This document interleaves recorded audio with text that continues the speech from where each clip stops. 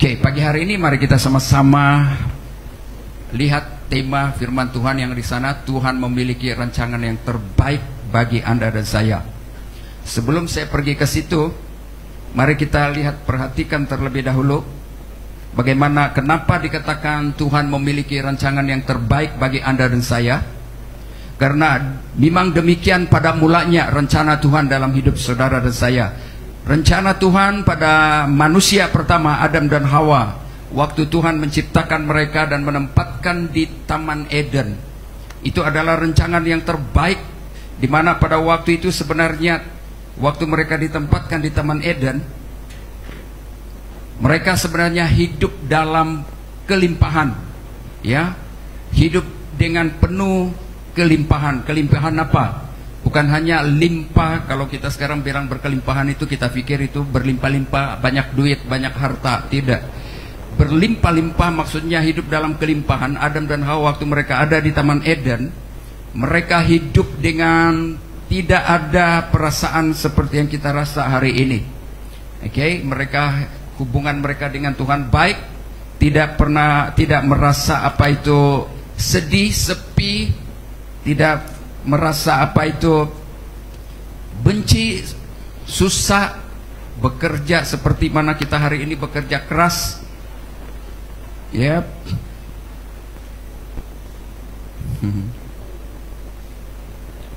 Oke, jadi sebenarnya kehidupan Adam dan Hawa pada waktu di Taman Eden itu sangat luar biasa. Yang pertama, waktu Tuhan tempatkan mereka di Taman Eden, kita perlu mengerti dulu rencana Tuhan dalam kehidupan kita ini. Semestinya, seharusnya bukan seperti sekarang, ya. Pertama, waktu Tuhan tempatkan mereka di Taman Eden, yaitu yang pertama sebenarnya kehidupan mereka itu adalah hidup dalam persekutuan dengan Allah. Dia bilang gini, Allah menciptakan manusia menurut gambar dan rupanya, itu dalam Kejadian 1:26-27. Ini saya belum masuk di khotbah itu, saya mau supaya kita paham dulu, sebab kita akan bersama-sama mendengar Tuhan memiliki rancangan yang baik. Jadi rancangan Tuhan itu sebenarnya pada mulanya adalah rancangan yang terbaik, ya, bukan rancangan yang mencelakakan, ya. Nah, nanti ada Bible study, saya akan ajar ini. Dan yang kedua, Tuhan menciptakan Adam dan Hawa, menempatkan di Taman Eden. Rencananya adalah supaya Adam dan Hawa menjadi wakil Allah di bumi, di mana kerajaan Allah itu, sewaktu Allah menciptakan Adam dan Hawa lalu dia tempatkan di Taman Eden, itu mereka berada dalam kerajaan Allah. Dan Adam dan Hawa itu diciptakan, ditempatkan di situ supaya menjadi penguasa, menjadi tuan, ya, tuan atas semua ciptaan Tuhan pada waktu itu. Dan ini perlu huraian nanti, kalau saya hurai nanti panjang. Dan yang seterusnya, waktu Tuhan menciptakan Adam dan Hawa dan tempatkan di Taman Eden, selain dan mereka menjadi tuan atas semua binatang, semua ciptaan waktu itu, bahkan berkuasa atas Taman Eden itu, karena mereka yang mengusaha dan mengelola, menjaganya. Yang seterusnya, waktu Tuhan tempatkan mereka di Taman Eden, waktu itu sebenarnya hidup dalam kehidupan kekal, ya, tidak ada kematian sebenarnya seperti yang kita alami hari ini. Oke, sebelum Adam dan Hawa jatuh dalam dosa, sebenarnya mereka tidak mengenal perkataan maut, mati, kematian seperti mana kita hari ini, ya, tidak mengenal apa itu susah, apa itu penderitaan, karena Tuhan menempatkan mereka di Taman Eden, semua keperluan mereka semua disediakan. Lepas itu waktu mereka ditempatkan di Taman Eden, ya, sakit penyakit pun tidak ada seperti kita alami hari ini. Semua dalam keadaan baik, ya, tinggal mereka mengusaha. Dan yang seterusnya, dalam pernikahan juga Tuhan, ya, menciptakan dan menempatkan Adam dan Hawa di dalam pernikahan kudus, tidak seperti sekarang ini. Oke. Nah, seterusnya Tuhan menciptakan dan menempatkan Adam dan Hawa di Taman Eden supaya mereka hidup dalam kebebasan dan tanggung jawab untuk mengelola semua yang ada. Apalagi Tuhan tempatkan Adam dan Hawa di Taman Eden supaya mereka sebagai tuan yang mengurus semua apa yang ada di Taman Eden itu. Oke, jadi bayangkan mereka menjadi tuan, bukan hamba, tetapi tuan. Dalam bahasa Yunani itu kurios, tuan, dan boleh disebut sebagai Tuhan. Ya, ada dua maksud di situ itu. Ya, ke atas semua ciptaan itu. Wow, luar biasa kan? Yang sangat penting adalah waktu itu tidak ada kematian seperti kita hari ini. Tidak ada penderitaan. Makan minum semua Tuhan telah sediakan. Tidak perlu bersusah payah. Tidak ada kesedihan. Oke, nah itu sebabnya kenapa Yesus datang ke dalam dunia, supaya dia mau membawa kita kembali dan menempatkan kita kembali ke rencana mula-mula Tuhan, di mana di situ tidak ada penderitaan, tidak ada kematian, yang ada hanya hidup kekal bersama dengan Tuhan. Nah, kita belajar pagi hari ini, kita melihat sewaktu kita ada di dalam dunia ini, itu kita lihat sekarang, kita baca di dalam Yeremia 29. Selalu ini kita selalu baca-baca ini kan, selalu orang kadang ada yang hafal ini, rancangan Tuhan bukan rancangan kecelakaan. Kita belajar pagi hari ini, ya. Kalau dari mula Tuhan sudah menetapkan rancangan yang terindah, rancangan yang baik terhadap kita sebelum Adam dan Hawa jatuh dalam dosa, ya. Hari ini juga, sewaktu kita ada di dalam dunia ini, sebenarnya Tuhan juga memiliki rencana yang indah terbaik dalam hidup kita. Bukan hanya nanti kita balik surga, tapi waktu kita ada dalam dunia ini pun sebenarnya ada maksud, ada rencana Tuhan yang terindah, yang terbaik bagi kita. Oke. Kita lihat di dalam Yeremia 29 ayat 11 dikatakan, sebab aku ini mengetahui rancangan-rancangan apa yang ada padaku mengenai saudara dan saya, mengenai kamu. Demikianlah kamu ini ditujukan kepada orang-orang Israel waktu itu, suku Yahuda.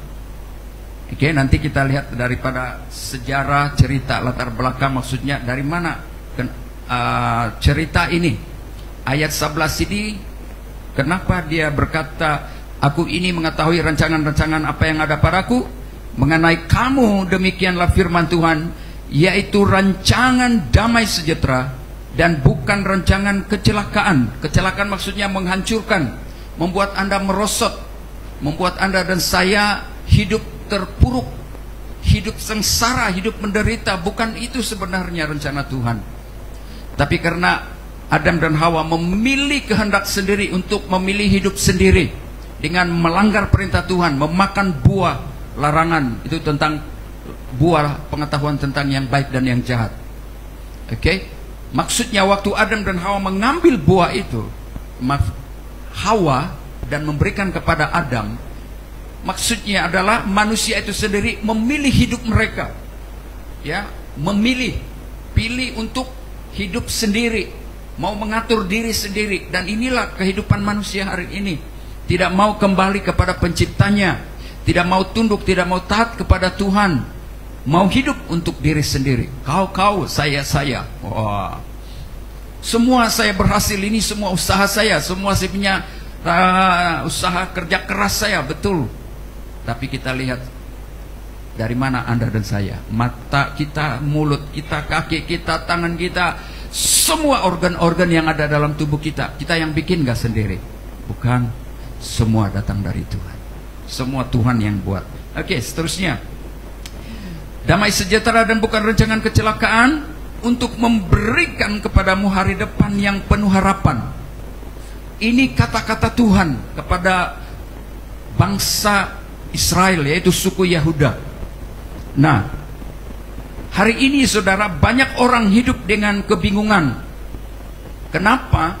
Sebab saudara dan saya sebagai manusia keturunan Adam dan Hawa yang mewarisi dosa Adam itu, dan saudara dan saya yang menanggung efek, impak, dampak daripada perbuatan mereka, dan kita mengalami bermacam-macam keadaan, kesedihan, kesepian, perlu kerja keras, susah hati, khawatir. Semua ini kita alami karena akibat daripada dosa. Sehingga kita, saudara, dalam hidup kita, apalagi hari-hari ini, kan dunia ini semakin kejam, semakin ganas, semakin teruk, semakin tidak baik, dan hal-hal ini boleh membuat kita takut, risau, bingung melalui apa yang kita dengar, berita-berita yang kita dengar, melalui apa yang kita lihat, dan sehingga membuat saudara dan saya hari-hari ini terlalu khawatir, risau tentang pekerjaan kita, baik dalam keluarga kita berpikir bagaimana keluarga kita. Semua ini adalah hari-hari ini cabaran. Jemaat Tuhan, sadarkah kita, Alkitab katakan kita hidup di hari-hari terakhir. Saya percaya kalau kita suka lihat berita-berita ini, perselingkuhan sekarang semakin menjadi-jadi. Suami kehilangan istri, istri kehilangan suami. Bapak, kadang-kadang hari ini kita lihat kasih manusia sudah pudar antara kepada sesama. Bahkan bapak boleh membunuh anaknya hanya berebut harta. Apalagi masalah-masalah yang lain. Ibu juga siap membunuh anaknya. Udah pernah nampak video yang dia tidur-tidur, lepas tuh budak bagus-bagus tuh anak, lepas tuh dia ambil selimut, dia tutup begitu sampai budak itu begini dia punya kaki. Pernah nampak tuh? Saya lihat tuh, dia tutup itu budak kaki dia, tidak lama kemudian mati. Lalu dia pura-pura teriak, masuklah dia punya keluarga, tengok, kenapa itu? Bayangkan itu, keganasan, kekajaman, kejamnya. Hari-hari ini iblis bekerja, berusaha untuk membuat manusia hancur, untuk membuat manusia bingung dan tersesat dan menolak Tuhan, membuat supaya hati manusia kecewa terhadap Tuhan. Ini semua situasi. Nah, ini bukan rancangan Tuhan. Semua ini adalah rancangan setan. Nah, dikatakan begini, dalam situasi sulit, dalam situasi yang susah ini, saudara, kita kadang-kadang kita merasa dan bertanya-tanya, dan kita bilang seolah-olah, kita merasa seolah-olah Tuhan tidak mendengar kita, seolah-olah Tuhan tidak peduli kita. Betul? Apalagi waktu kita ada masalah ekonomi, masalah silih berganti datang dalam hidup kita. Pada waktu itulah kita merasa, wow, betulkah Tuhan ada? Dan ini yang dilalui oleh orang-orang Israel. Daripada latar belakang ini sebenarnya, daripada Yeremia 29 ayat 11 ini, cerita kisah yang sebenarnya adalah begini.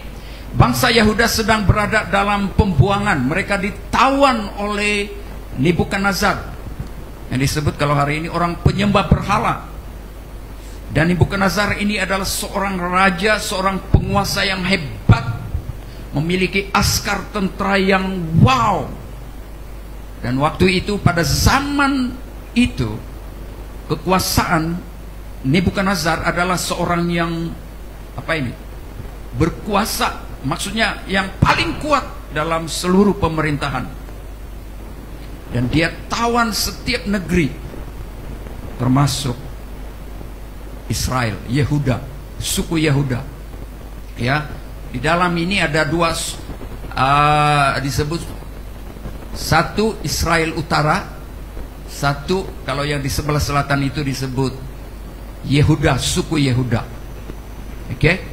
Nah, suku Israel sebelah utara karena dosa mereka, pelanggaran terhadap perintah Tuhan. 10 suku itu ditawan oleh Raja Asyur, lalu dibawa ke barat dan dipisah-pisahkan suku Yehuda yang ada di Yerusalem. Nebukadnezar datang dan tawan mereka. Itu sekitar tahun 597 sampai 586, ya. Nah, waktu orang-orang Israel ini, suku Yehuda ini, tanah mereka itu mereka ada di Israel, di di Yerusalem. Mereka hidup aman, tentram, mereka boleh datang menyembah Tuhan, dan itu adalah tanah milik mereka. Tetapi waktu mereka ditawan, dibawa di Babel, ini cerita dulu kisah ini supaya kita paham ini asal usul kenapa ini ayat 11 ini. Dikatakan bahwa setelah mereka dibawa di Babel, berarti Babel itu adalah bukan tanah mereka, bukan kepunyaan mereka, bukan tanah air mereka. Kalau mereka sudah ditawan, dibawa di situ, berarti apa? Mereka bukan orang asli, bukan orang lokal di sana, dan sebagai orang tawanan, mereka kehilangan tanah air mereka. Tahu tanah air? Negaraku, tanah tumpahnya darahku. Wah, pahamlah itu Coba kalau kita ini kena tawan, nanti kena bawa di negara lain, habis, ya. Nah, waktu mereka ditawan, mereka kehilangan tanah air. Suku Yehuda yang selalu datang ke Yerusalem menyembah Tuhan, memuji Tuhan di situ, karena pada waktu zaman itu Yerusalem adalah satu tempat di mana mereka percaya bahwa itu kehadiran Tuhan di situ. Ya. Nah, mereka hancur, bait Allah dihancurkan, dan mereka merasa pada waktu mereka ditawan, ya, oleh pihak musuh ini, mereka merasa mereka ditinggalkan oleh Tuhan. Kenapa Tuhan tidak campur tangan dengan sehingga kami ditawan oleh pihak musuh, sedangkan kami menyembah Allah yang hidup, Allah pencipta langit dan bumi, ya. Nah, waktu mereka berada sebagai tawanan, boleh kita katakan bersama sebagai tawanan. 1, 2, 3. Pandayan mikir tawanan tuh, kono nga inuma ita takufo intora ulun taka ulun sabay mito taan gitu kata takufo mi vito ra saumi negara. Jadi apabila ita katinakuf tinawan, maka juga kita tanah taka yang inuma taka tanomo menantanam ragata ka kalapas sawit ka sudah taka unsoyon saya tahu-tahu sekali takubo penahinam ibito rasa mintok habis yang pesan bahu kan. Jadi saya hantam saya punya murid, bolehlah. Nah, ini yang berlaku kepada suku Yehuda. Mereka rasa wow, kenapa ini terjadi? Dan waktu mereka ada di kota Babel, mereka merasa putus asa, ya. Mereka merasa bahwa hidup mereka tidak ada harapan, dan mereka tidak pernah terfikir untuk kembali lagi ke Yerusalem.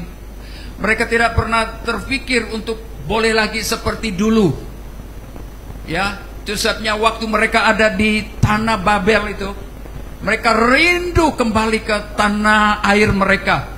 Ada di sana kah, brother? Coba kita lihat, dengar dulu ini lagu.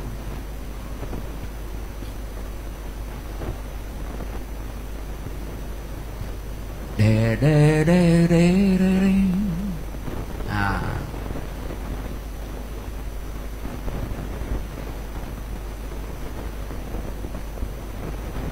Adakah di situ? Tiara, saya minta sama saya Rivers of Babylon enggak?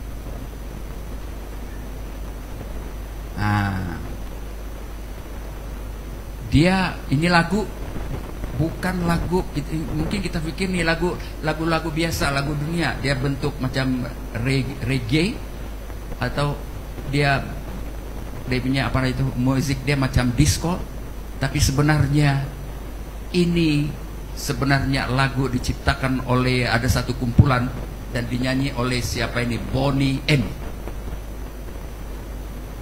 Dan nyanyi ini sebenarnya itu adalah di dalam kitab Mazmur 137, keluhan orang-orang Israel. Mereka rindu mau balik di tanah air mereka. Mereka rindu rumah-rumah mereka, suasana di Yerusalem. Tapi karena mereka berada di tawanan, maka mereka merasa putus asa. Mereka menangis. Kita tengok dulu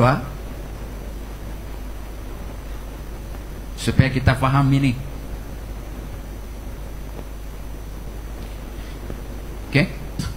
Nah, ada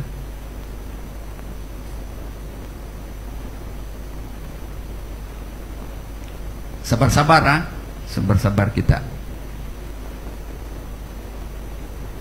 supaya kita paham. Nah, kalau kita lihat ada yang buat, ada beberapa perempuan itu, ibu-ibu buat konsep. Mereka nyanyiin deh. Woi, ramai orang. Ya. Pada tahun 70-an. Nah, dengar tuh.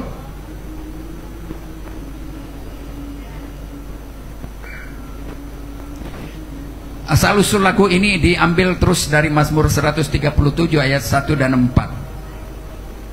Ya, dan juga dalam Mazmur 19 ayat 14 ditulis oleh kumpulan Reggae The Melodians tahun 1969, lalu dipopulerkan oleh Bonnie M pada tahun 1978.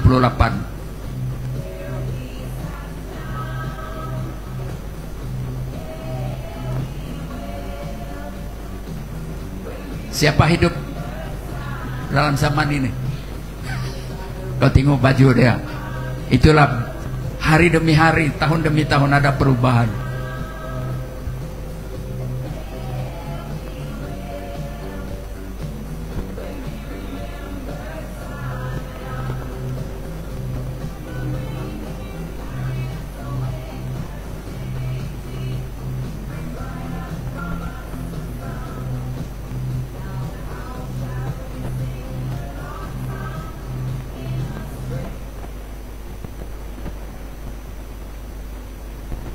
Jadi jangan pikir ini lagu dunia, bukan.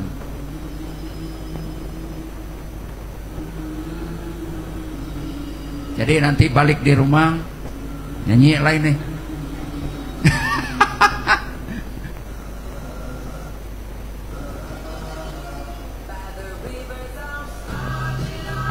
Itu dia.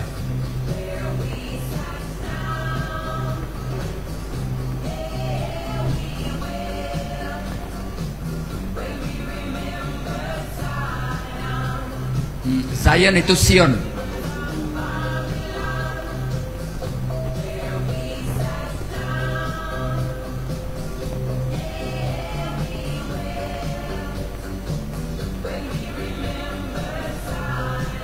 Siapa kita lambat-lambat hari ini ya, agak makan juga.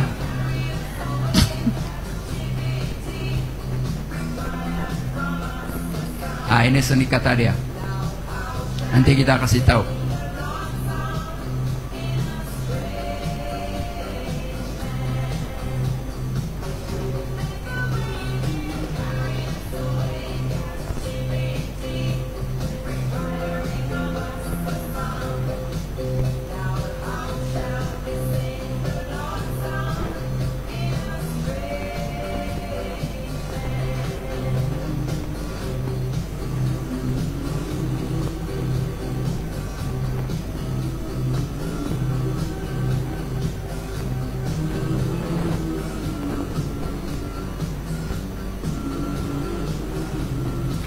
Bayangkan saudara kalau misalnya kita satu orang lah kena bawa sebagai tawanan, lalu kita ingat istri anak-anak kita di kampung, Nyanyi lah ini. Duduk di tepi sungai, nyanyi.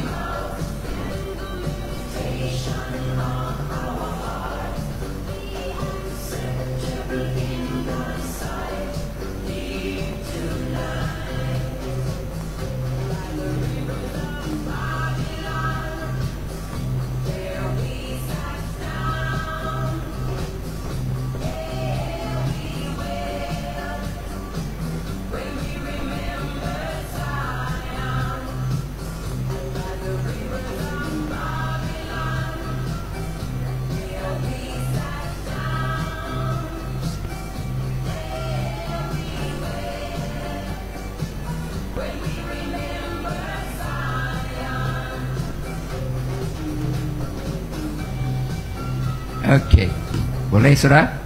Tahu itu lagu By the River of Babylon.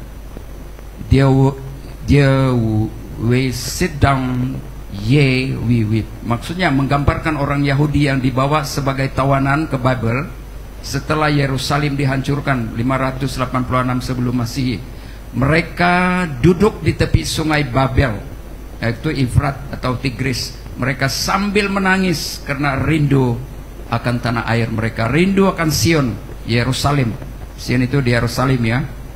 Nah, when the wicked carried us away in captivity, maksudnya mereka menggambarkan bagaimana bangsa Babel menawan orang Yahuda dan menjadikan mereka orang buangan. How can we sing the Lord's song in strange land? Orang Yahuda dipaksa menyanyi lagu pujian sebagai ijikan. Orang-orang Bible bilang kamu nyanyi, ya, ijik. Ya, jadi orang Yahuda, suku Yahuda ini dipaksa menyanyi lagu pujian Sion untuk hiburan bangsa Babel. Tetapi mereka tidak sanggup, orang-orang Yahuda ini, mereka tidak sanggup karena hati mereka penuh duka cita, kecewa, hancur hati. Kenapa Tuhan biarkan kami? Ya, terjadi begini. Nah, jadi sebenarnya ini diambil dari Mazmur 137 ayat 1 sampai 4 dan Mazmur 19 ayat 14. Ya. Yang terakhir itu dia bilang, let the words of my mouth and the meditation of my heart be acceptable in thy sight. Ya, itu dalam Mazmur 19 ayat yang terakhir itu 14 yang tadi itu. Nah, kenapa mereka menyanyikan lagu, disuruh menyanyi dan mereka nyanyikan lagu ini? Karena mereka merasa sedih. Kenapa ini berlaku dalam kehidupan kami? Nah, saudara, jemaat Tuhan yang saya kasih dalam Yesus, kenapa itu terjadi? Kalau kita lihat daripada sejarah, kenapa mereka ditawan dan dibawa ke kota Babel? Karena ini adalah akibat pelanggaran mereka terhadap firman Tuhan. Orang-orang Yehuda, mereka telah diperingatkan oleh Tuhan supaya jangan menyembah berhala, jangan menyembah patung, jangan hidup seperti orang-orang kafir, orang-orang yang tidak percaya Tuhan, orang-orang yang tidak beribadah pada Tuhan. Tetapi mereka tetap dalam hati mereka yang degil ini, mereka terpengaruh. Selain daripada itu, saudara, orang-orang Yehuda ini, ya, mereka menindas orang-orang miskin, orang-orang susah. Mau tahu tindas? Ya, mereka tindas. Mereka tidak ada perhatian. Ini yang terjadi. Dan kehidupan mereka bukan lagi hidup sebagai orang-orang percaya. Kan orang Israel itu adalah umat pilihan Tuhan, sebagai contoh sebenarnya menjadi terang dan garam bagi bangsa lain, sebagai umat Tuhan untuk membangun satu kerajaan Tuhan di mana orang-orang itu beribadah kepada Tuhan, menyembah Tuhan. Itu yang rencana Tuhan pertama untuk Adam dan Hawa. Karena manusia jatuh dalam dosa, maka Tuhan pilih suku Israel ini, bangsa Israel ini, supaya menjadi satu suku yang beribadah kepada Tuhan, bukan menyembah kepada berhala, bukan percaya kepada setan, tetapi percaya kepada Tuhan. Nah, itulah sebabnya di dalam Yeremia 29 ini sebenarnya Tuhan memakai Yeremia, ya. Lalu ayat 20 pasal 9 ini Nabi Yeremia menulis surat kepada orang-orang buangan ini, orang-orang Israel ini, ya. Untuk apa? Untuk mengingatkan kepada mereka bahwa Tuhan mempunyai rancangan masa depan yang baik untuk mereka, ya. Rancangan damai sejahtera dan bukan rancangan kecelakaan. Kita lihat nanti ini rancangan damai sejahtera maksudnya ini. Tetapi saudara, Yeremia memiliki musuh-musuh, nabi-nabi palsu yang bernubuat dan berkata bahwa penawanan orang-orang Yahuda ini hanya sementara. Penderitaan, kesusahan mereka, orang-orang Yahuda ini waktu mereka di tanah Babel itu, dia bilang pengajar-pengajar palsu ini, dia bilang tidak, jangan susah, sekejap saja itu kamu keluar sudah. Tapi Nabi Yeremia berkata bahwa kamu akan tinggal di sana sampai masa Tuhan untuk membawa kamu keluar dari tanah Babel itu. Sungguh pun saudara, waktu mereka ditawan dan dibawa ke kota Babel, penderitaan yang dialami oleh orang-orang Israel, suku Yahuda ini tidak sama dengan penderitaan yang dialami oleh mereka pada waktu mereka di tanah Mesir. Kalau di Mesir mereka diperhambakan habis, ya. Kalau di Mesir waktu itu, yang waktu mana Tuhan pakai Musa membawa mereka keluar dari Mesir, kan? Tapi sebenarnya waktu mereka dalam zaman Yeremia, waktu orang-orang Israel ditawan dan dibawa ke kota Babel, penderitaan mereka tidak sama. Tuhan, walaupun Tuhan mengizinkan pihak musuh datang dan menawan mereka, kenapa Tuhan izinkan? Karena mereka, orang-orang Israel ini berdosa, sudah ditegur, sudah diberitahu, diperingatkan, tapi mereka tetap juga berbuat dosa, menyembah berhala, tidak ikut Tuhan, ya. Akhirnya Tuhan mau menghajar mereka. Tuhan mau supaya melalui musuh menawan mereka dan membawa mereka di kota Babel. Ini adalah satu rancangan Tuhan, rancangan di mana supaya terjadi pemulihan, supaya orang-orang Israel waktu mereka berada di tanah asing, mereka berpikir, ya, dan biarlah hati mereka mulai sedar dan mau kembali kepada Tuhan. Dan rancangan ini waktu mereka ditawan oleh pihak musuh, sebenarnya ini adalah rancangan Tuhan untuk mereka, hanya supaya mereka sadar dan bertobat dan kembali kepada Tuhan.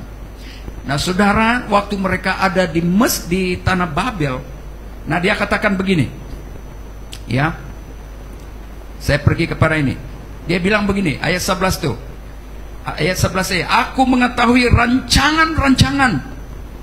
Ya, rancangan itu berarti rancangan Tuhan. Boleh kita katakan bersama, rancangan Tuhan. 1, 2, 3.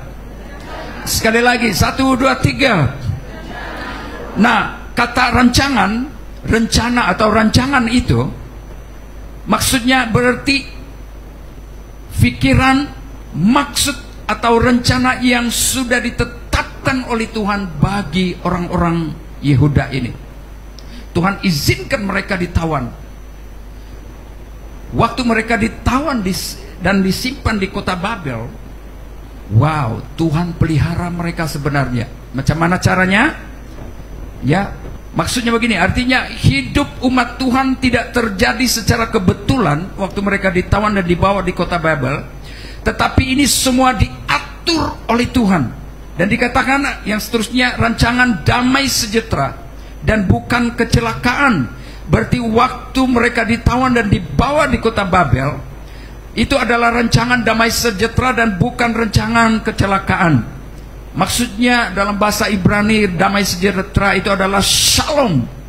Bukan sekedar ada terjadinya peperangan, tetapi ini mencakup kesejahteraan. Sewaktu mereka ada di kota Babel, kesejahteraan, kesehatan, itu maksudnya damai sejahtera itu. Holistik itu perkataan itu. Holistik maksudnya keseluruhan. Damai sejahtera itu ketenangan, kebahagiaan, semua, ya. Kesehatan, keamanan, dan berkat rohani. Dia katakan bukan kecelakaan, artinya walaupun ada penderitaan, tetapi penderitaan itu bermaksud tujuannya adalah bukan menghancurkan, bukan membuat orang-orang Israel merana. Ya, dan dia katakan tetapi hari depan yang penuh harapan. Harapan di sini bukan hanya cakap kosong, melainkan janji Allah yang pasti. Tuhan mau memulihkan bangsa Israel dan mau membawa mereka kembali ke Yerusalem, dan supaya mereka tetap setia dalam perjanjian Tuhan itu. Perjanjian Tuhan. Kita lihat di sini.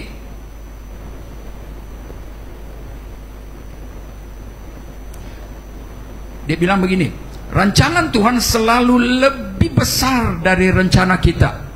Boleh kita katakan bersama, rencana Tuhan selalu lebih besar dari rencana kita. 1, 2, 3. Rencana Tuhan selalu lebih besar dari rencana kita.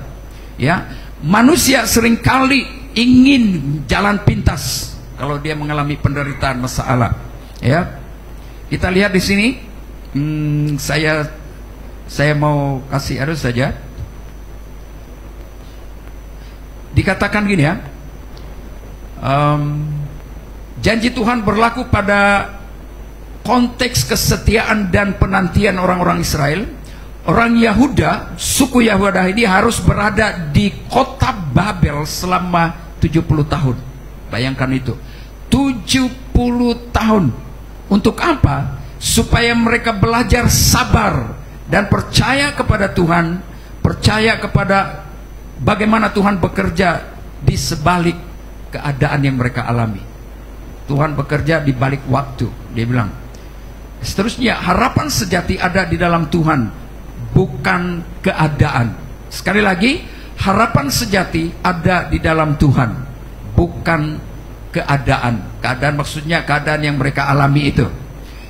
Itu sebabnya dia katakan begini.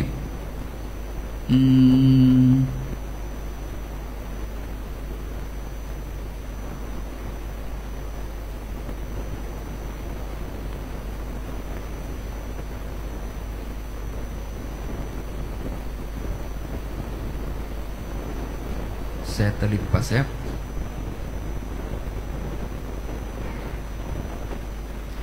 Coba kita lihat dalam Yeremia itu. Lalu Tuhan katakan kepada mereka,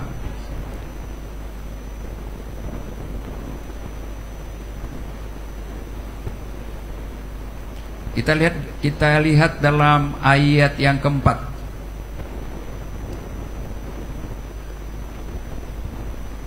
Oke. Ayat keempat begini. Beginilah firman Tuhan semesta alam, Allah Israel, kepada semua orang buangan yang diangkut ke dalam pembuangan dari Yerusalem ke Babel. Dia bilang begini, dirikanlah rumah, ayat 5. Boleh kita baca bersama, 1, 2, 3. Dirikanlah rumah untuk kamu diami, buatlah kebun untuk kamu nikmati hasilnya. Lihat di sana. Karena Tuhan yang memberi rancangan ini kepada orang-orang Yahuda ini, walaupun mereka ditawan, ya Tuhan pakai pihak musuh untuk membawa mereka, menawan mereka dan bawa ke kota Babel. Tetapi ini karena rencana Tuhan, rancangan Tuhan untuk mereka. Ya, supaya maksud Tuhan ini dia mau supaya terjadi pemulihan di dalam kehidupan rohani mereka. Nah, waktu mereka ada di kota Babel, bayangkan itu, dia bilang begini, demikianlah, apa dia bilang itu? Dirikanlah rumah untuk kamu diami. Kalau dulu dia di Mesir, mereka tidak diizinkan untuk dirikan rumah. Jadi berarti walaupun mereka di tanah asing, tapi Tuhan melindungi mereka, Tuhan menyertai mereka di situ, sehingga mereka apa ini di kota Babel itu Tuhan jaga mereka sehingga mereka boleh mendirikan rumah, tidak menderita. Oke, dia bilang begini, dirikanlah rumah untuk kamu diami, karena 70 tahun itu. Seterusnya, buatlah kebun untuk kamu nikmati hasilnya sementara kamu ada di situ selama 70 tahun, supaya mereka mulai berpikir dalam hati mereka, kenapa mereka ditawan? Karena akibat daripada pelanggaran dan dosa mereka. Tuhan izinkan itu terjadi. Saya mau supaya kita paham ini, dan saya mau bawa ini untuk kita belajar apa maksudnya dalam kehidupan kita hari ini sebagai orang Kristen. Nah, ayat 6 dia bilang begini, ambillah istri untuk memperanakan anak laki-laki dan perempuan. Ambil istri. Kalau boleh anak-anak kamu suruh mereka kawin. Ya, supaya keturunan kamu tidak hilang. Ya, ambil istri untuk memperanakan anak laki-laki dan perempuan. Ambilkanlah istri bagi anakmu laki-laki, dan carikanlah suami bagi anakmu perempuan, supaya mereka melahirkan anak laki-laki dan perempuan, agar di sana kamu bertambah banyak dan jangan berkurang. Wow. Ya, ayat 7, usahakanlah kesejahteraan kota kemana kamu aku buang. Usahakanlah kesejahteraan, ketenangan kota itu. Itu maksudnya. Dan berdoalah untuk kota itu kepada Tuhan, sebab kesejahteraan kota itu, kesejahteraannya adalah kesejahteraanmu. Wow. Inilah daripada latar belakang kisah Yeremia 29 ayat 11. Rupa-rupanya waktu mereka ditawan dan dibawa ke Babel, itu bukan secara kebetulan, tapi itu adalah cara Tuhan, rancangan Tuhan dalam kehidupan orang-orang Israel ini. Ditawan dan dibawa di kota Babel. Bayangkan waktu mereka di kota Babel, Tuhan bilang, cari istri, buat kebun, dirikan rumah bagi kamu. Karena Tuhan izinkan mereka tinggal di sana sampai 70 tahun. Supaya selama 70 tahun itu mereka boleh bertobat kembali kepada penyembahan yang benar. Nah, saudara yang saya kasih di dalam Yesus Kristus, anak-anak Tuhan, lihat, kadang-kadang cara Tuhan itu misteri. Setiap hidup kita, saudara dan saya, rencana Tuhan adalah rencana yang terbaik buat saudara.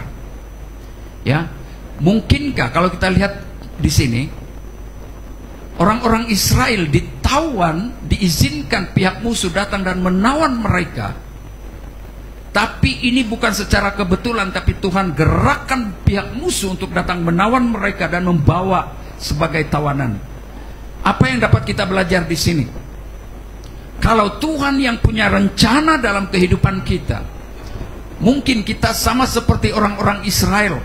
Ya, Tuhan izinkan pihak musuh. Musuh itu bukan mungkin hari ini bukan musuh yang seperti orang-orang apa ini bukan Nazar, Askar ini bukan Nazar yang datang. Mungkin Tuhan izinkan masalah, cabaran, ya, kekecewaan, sakit hati, kebingungan, ketakutan. Mungkin kita hadapi, kita alami dalam hidup ini, krisis. Kalau itu maksud Tuhan, rencana Tuhan dalam hidup saudara dan saya, berarti itu bukan rancangan kecelakaan, tapi rancangan pemulihan supaya Anda dan saya dapat menggapai rencana Allah dalam kehidupan kita. Lihat, waktu orang-orang Israel, orang-orang suku Yahuda ini ada di kota Babel, apa yang mereka rasa adalah, mereka merasa mereka tinggal di tanah bukan tanah air mereka. Memang mereka tidak bebas seperti di tanah air mereka sendiri. Tetapi di sana Tuhan jaga, Tuhan pelihara mereka. Bahkan kita lihat Tuhan cukupkan segala keperluan mereka. Hanya mereka orang asing di situ. Rupa-rupanya untuk mencapai rencana Allah yang terbaik dalam hidup kita, ya, tidak semestinya masalah, kesusahan, cabaran yang kita alami itu adalah hal-hal yang menghancurkan kita.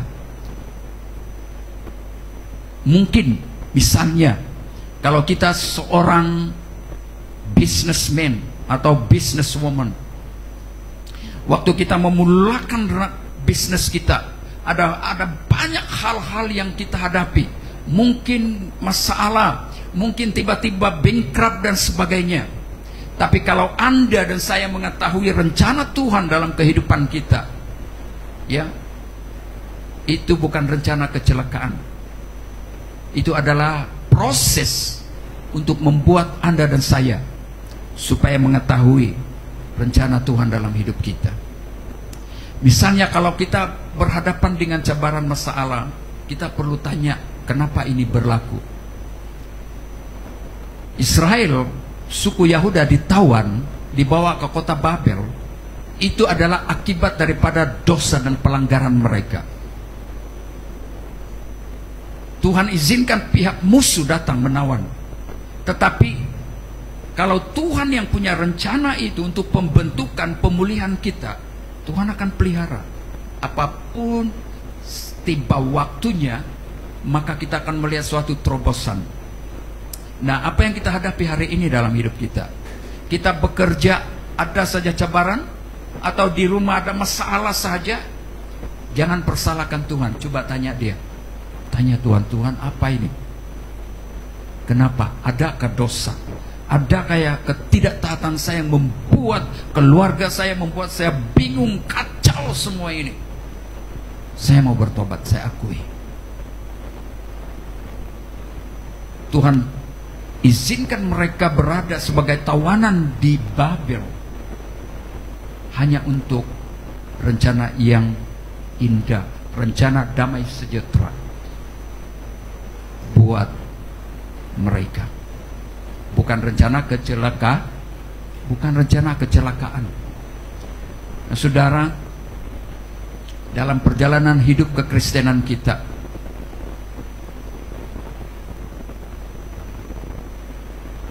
ingat baik-baik bahwa sejak dari semula Tuhan merencanakan hidup kita adalah hidup damai sejahtera, hidup yang penuh harapan. Boleh kita katakan bersama, hidup yang penuh harapan. 1, 2, 3. Orang Yahuda harus menunggu 70 tahun di Babel. Mungkin saudara, waktu kita melakukan pekerjaan, apapun yang kita lakukan, Tuhan sudah memiliki suatu rencana yang Dia tetapkan untuk berapa lama kita berada dalam keadaan itu. Orang-orang Yahuda perlu menunggu selama 70 tahun. Dan di dalam mereka menunggu selama 70 tahun itu, mereka mengalami proses hati, proses karakter mereka. Demikian juga selama kita ikut Tuhan, untuk mencapai rencana Tuhan dalam kehidupan kita, perlu kita mengalami proses. Proses yang macam mana itu? Kadang-kadang kita dikecewakan oleh sahabat kita. Kadang-kadang saudara, banyak hal-hal yang berlaku, selalu menyangkut emosi kita.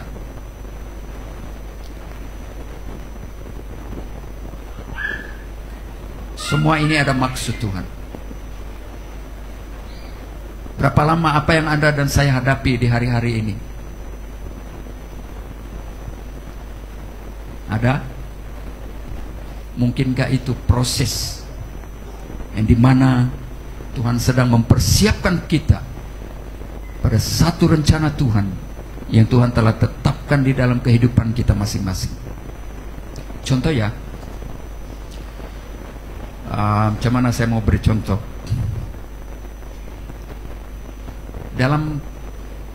Karena Tuhan memiliki rencananya dalam hidup kita masing-masing. Siapa di antara kita yang belum pernah, saya beri satu contoh, ada satu kisah seorang anak Tuhan. Pada mulanya waktu dia hidup, dia seorang miskin, tiada apa-apa. Oke, dia tiada apa-apa, ini dia punya kesaksian. Dan dia tidak terfikir pun suatu hari nanti dia boleh mencapai sesuatu. Dia tidak ada pelajaran setinggi ya, tidak ada pelajaran yang tinggi lah ya, tapi dia ada kebolehan ya, dia ada kebolehan untuk berkebun. Nah, waktu dalam jangka waktu itu hidupnya menderita, hidupnya susah, orang pandang rendah dengan dia. Tapi hanya dia tahu yang buat ini. Lalu dia coba buat. Dia bilang dia beli tanah berapa ikar tuh. Lepas itu dia coba usaha. Dia usaha, dia tanam sesuatu, tapi mulai Tuhan berkati dia, berkati. Akhirnya daripada berkat yang dia ada, dia beli tanah yang lain lagi. Tetapi walaupun dia sedang mengusaha tanah ini, dia tetap melayani Tuhan. Dia memberi hidupnya sepenuhnya kepada Tuhan. Dan akhirnya, saya tidak perlu kasih tahu siapa dia lah. Akhirnya hari ini betul-betul Tuhan berkati dia, berhasil. Dan dia siap menolong pekerjaan Tuhan, gereja-gereja yang memerlukan, karena dia tahu bahwa semua ini bermula dari Tuhan. Dia tidak pernah terfikir pun itu ya, memang dalam kita mencapai rencana Tuhan yang terbaik dalam hidup kita, saudara, kita akan mengalami proses dalam hidup ini. Sama seperti orang Israel, 70 tahun mereka mengalami proses pemulihan hati dalam kehidupan mereka. Jadi daripada kisah ini kita baca balik Yeremia 29 ayat 11. Sebab aku mengetahui rancangan-rancangan yang ada padaku. Oleh sebab, boleh kita baca bersama 1, 2, 3.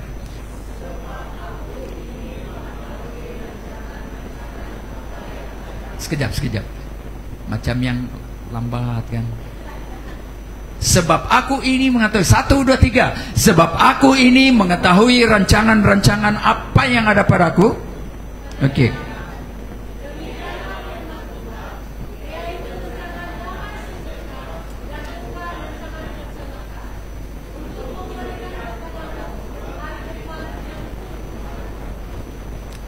Untuk memberikan kepadamu hari depan yang penuh harapan. Ayat-ayat terakhir, dalam masa itu Tuhan menyuruh mereka untuk tetap membangun rumah, berkeluarga, bekerja, dan mendoakan kesejahteraan kota itu. Yeremia 29 ayat 4 sampai ayat 7 dan seterusnya. Makna daripada ayat 11 itu, Tuhan menegaskan bahwa walaupun mereka berada dalam kesusahan, tapi rancangan Tuhan bukan untuk membinasakan mereka, melainkan memulihkan mereka. Harapan itu bukan segera, tetapi datang sesuai waktu Tuhan setelah masa pembuangan mereka selesai. Dikatakan, aku mengetahui rancangan-rancangan kepada mereka itu. Tuhan mengetahui rancangan-rancangan Tuhan untuk mereka. Karena itu, jemaat Tuhan yang saya kasih dalam Yesus Kristus, mari, rancangan Tuhan dari mula kepada manusia adalah rancangan damai sejahtera yang memberikan masa depan yang penuh harapan. Mari kita semua bangkit berdiri. Mari kita, sementara kita berdiri, saya bawa kita untuk aplikasi sesuatu yang kita perlu terapkan dalam kehidupan kita. Boleh dengar? Dengar ya, dalam penderitaan kita, ingatlah bahwa Tuhan belum selesai bekerja dalam hidup kita. Ya, dalam kebingungan kita, serahkan masa depan kepada Tuhan yang punya rencana terbaik dalam hidup kita. Dalam kita menanti rencana Tuhan, percayalah bahwa janji Tuhan tidak pernah gagal. Dalam pekerjaan, dalam usaha kita, dalam kehidupan sehari-hari kita. Jadikanlah berkat Tuhan dimanapun Tuhan menempatkan kita. Jadilah berkat Tuhan. Biarlah kita menjadi berkat, membawa impact, membawa dampak kepada keluarga kita, kepada community kita. Mari kita berdoa bersama-sama. Haleluya.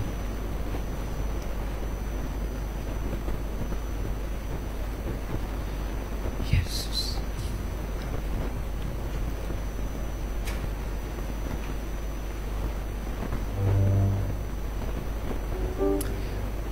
Kalau semua kita yang ada pagi hari ini, apa yang Tuhan telah percayakan kepada kita, talenta, kebolehan yang ada pada kita, mari berdoa, tanya Tuhan, apalagi yang Tuhan mau saya lakukan dalam career kita, dalam pekerjaan kita. Kalau itu yang Tuhan sudah tempatkan kita di situ, percayalah bahwa Tuhan memimpin, menuntun Anda berada di situ. Apapun yang kita hadapi, alami dalam usaha, dalam pekerjaan, di mana kita berada, katakan dalam hati, semua ini dalam tangan Tuhan. Semua dalam rencana Tuhan yang indah bagi hidupku.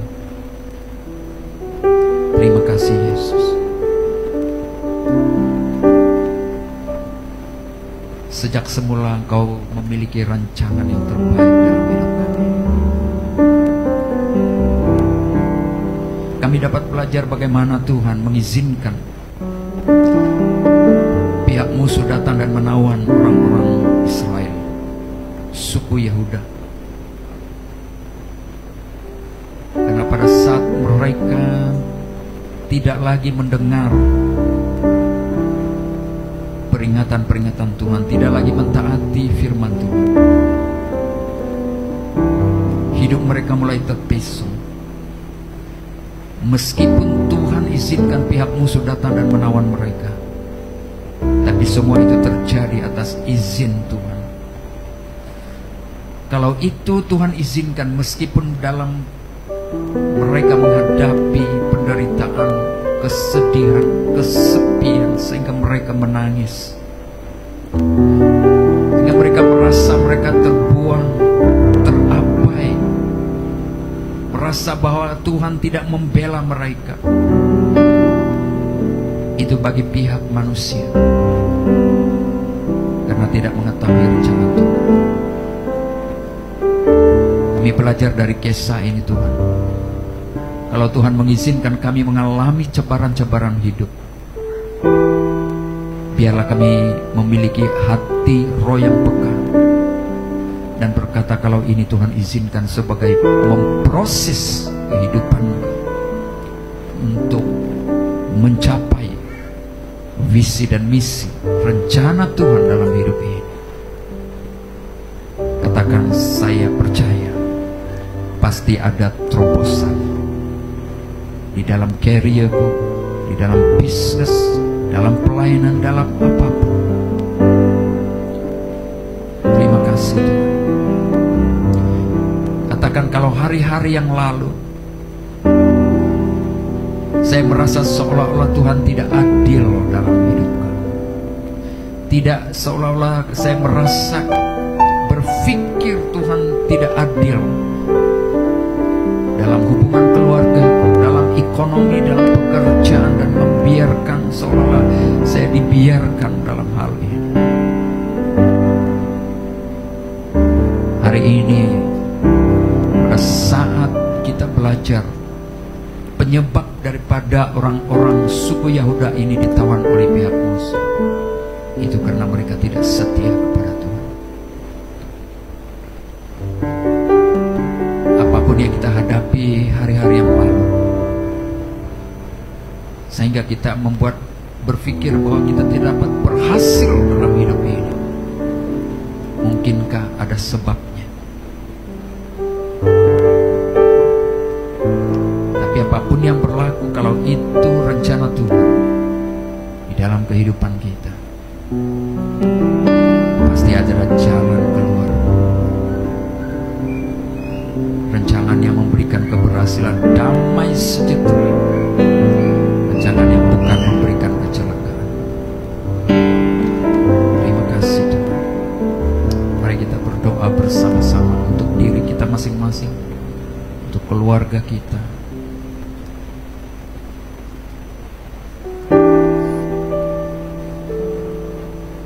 Terima kasih Yesus. Mari kita tanya hati kita, apakah benar saudara dan saya adalah orang-orang yang menyembah Tuhan yang benar?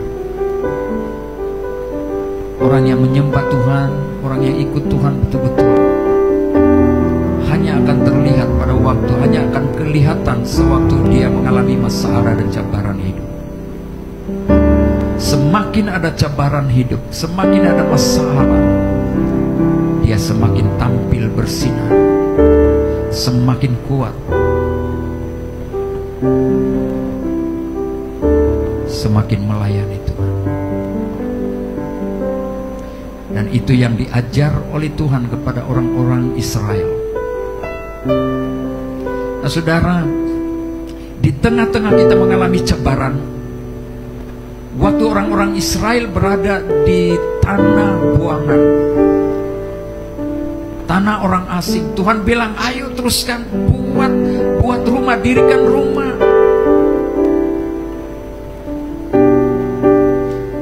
Maksudnya waktu kita mengalami masalah cabaran dalam hidup ini, teruskan usahamu. Kalau Anda sebagai seorang pekerja, seorang bisnis apa saja, sewaktu Anda dan saya menghadapi cabaran masalah, jangan berhenti, teruskan karya kita. Teruskan apa yang seharusnya kita lakukan, yang kita buat, jangan berhenti, jangan mudah putus asa. Itu maksudnya Tuhan bilang, ayo dirikan rumah. Walaupun kamu di tanah asing, di tanah pembuangan, mengalami masalah, mengalami penderitaan, kesedihan, jangan biarkan keadaan itu menguasai kita, tapi teruskan kehidupan kita, apalagi untuk terus bersekutu dengan Tuhan, teruskan melayani Tuhan. Itu maksudnya dalam kehidupan, perjalanan kehidupan rohani kita. Jangan biarkan masalah, penderitaan, halangan-halangan dan hambatan itu menghentikan langkah-langkah kita, menghentikan usaha kita, menghentikan pekerjaan, menghentikan visi dan misi Anda dan saya. Justru di tengah-tengah masalah pencobaan itu, Tuhan mau kita terus bekerja. Tuhan mau supaya kita mendirikan rumah. Itu buktinya bahwa kita tidak membiarkan masalah dan cabaran menguasai, mengontrol hidup kita. Haleluya. Apapun cabaran yang kita alami hari ini, jangan tinggal dalam masalah itu. Jangan biarkan dia mengontrol kita.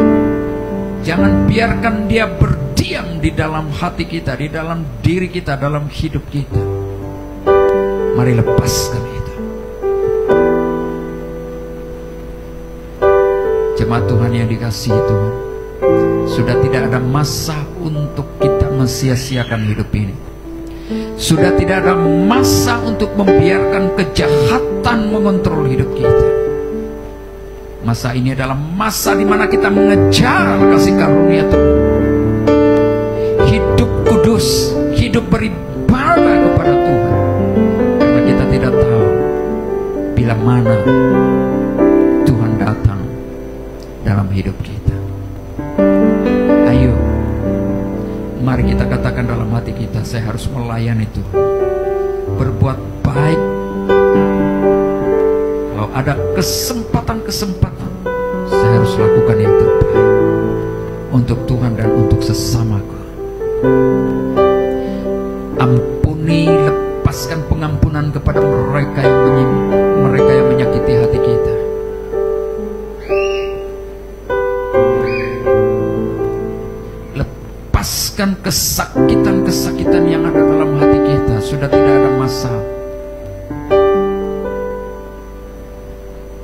Mari kita bebaskan hati kita dalam hal-hal yang seperti ini. Karena dunia semakin hari semakin kejam, semakin ganas, semakin jahat. Terima kasih Yesus. Haleluya. Mari kita berdoa bersama-sama, katakan, jangan diam. Kita datang kepada Tuhan dengan sikap hati yang siap, rela. Sama-sama kita datang kepada Tuhan. Haleluya, haleluya Tuhan. Terima kasih Tuhan, terima kasih. Selidiki hati kami Tuhan. Kalau ada hal-hal yang tersimpan di dalam hati kami yang tidak benar, yang tidak baik, hari ini Tuhan lepaskan kami. Kami mengakui segala kekurangan dan kelemahan kami Tuhan. Kalau hari-hari yang lalu kami tidak mendengar dan tidak mempedulikan suara Tuhan, hari ini Tuhan kami datang kepada-Mu. Yesus, ku mau cinta Yesus selamanya. Ku mau cinta Yesus selamanya. Meskipun badai silih berganti dalam hidupku, ku tetap cinta Yesus selamanya. Ku mau cinta Yesus selamanya. Ku mau cinta Yesus selamanya. Meskipun badai silih berganti dalam hidupku, ku tetap cinta Yesus selamanya. Ya Abba, ya Abba, Bapa, ini aku anakku, layakkanlah seluruh hidupku. Ya Abba, Bapa, ini aku anakmu, pakailah sesuai dengan rencanamu. Semua aku mau cinta Yesus. Ku mau cinta Yesus selamanya. Tetap cinta Yesus selamanya. Yesus selamanya.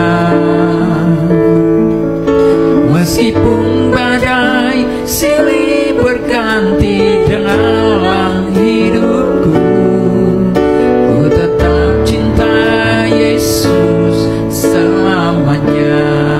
Ya Abba,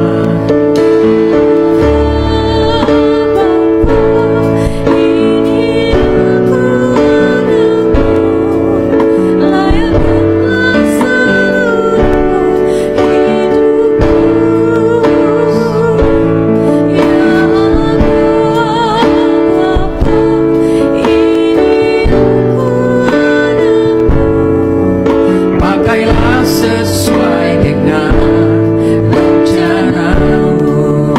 Sekali lagi, biarkan musik melayani kita. Mari doakan diri kita.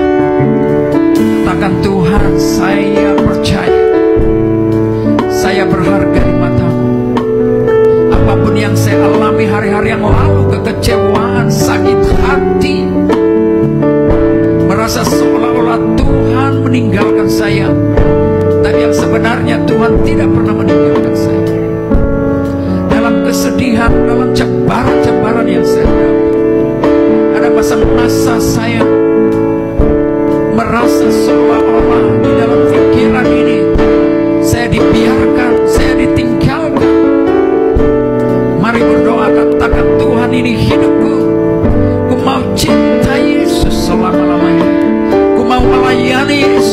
selama-lamanya. Katakan, selidiki hatiku ini Tuhan. Selepas kita berdoa untuk diri kita sendiri, mari doakan keluarga kita. Jangan tutup mulut kita, mari buka dan berdoa. Doa adalah cara untuk kita berkomunikasi dengan Tuhan, untuk meluahkan perasaan kita kepada Tuhan, untuk meluahkan apapun yang menjadi keperluan kita. Mari katakan kepada Dia hari ini. Haleluya. Mari luahkan perasaan kecewamu. Kalau ada kekecewaan dalam hati, katakan, Tuhan, ini hidupku. Terima kasih, dan buka